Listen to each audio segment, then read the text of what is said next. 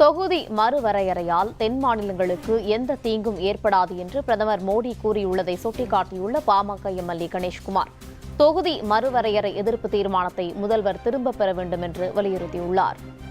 சட்ட முன்வடிவை மத்திய அரசாங்கம் கொண்டு வந்த முயற்சித்த பொழுது அன்றைக்கு ஆளுங்கட்சியாக இருந்த திமுக 5/3/2025 ஒரு அனைத்து கட்சி கூட்டத்தை கூட்டினார்கள். அனைத்து கட்சிகளும் ஒன்றாக இணைந்து அந்த கூட்டத்தில் நிறைவேற்றப்பட்ட தீர்மானத்தின் அம்சங்கள் என்னவென்று சொன்னால், நாடாளுமன்றத்தில் தற்போதைய உறுப்பினர்களின் எண்ணிக்கை உயர்த்தப்படும் பட்சத்தில் 1971 மக்கள் தொகை அடிப்படையில் தற்பொழுது நாடாளுமன்றத்தில் இரு அவைகளிலும் மாநிலங்களிடையே எந்த விகிதத்தில் தொகுதிகளின் எண்ணிக்கை உள்ளனவோ அதே விகிதத்தில் தமிழ்நாடு உட்பட தென் மாநிலங்களின் தொகுதிகளின் எண்ணிக்கையை உயர்த்துவதற்கு தேவையான அரசியல் சட்டத்தை மேற்கொள்ள வேண்டும் என ஒன்றிய அரசை இந்த அனைத்து கட்சி கூட்டம் வலியுறுத்துகிறது.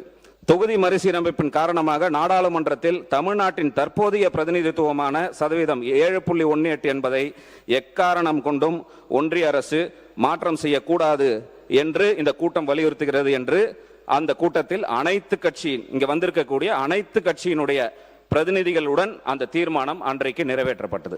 நடந்து முடிந்த அனைத்து கட்சி கூட்டத்தில் நம்முடைய கட்சி உட்பட அனைத்து கட்சியும் சேர்ந்துதான் இந்த தீர்மானத்தை நிறைவேற்றிருக்கிறோம்.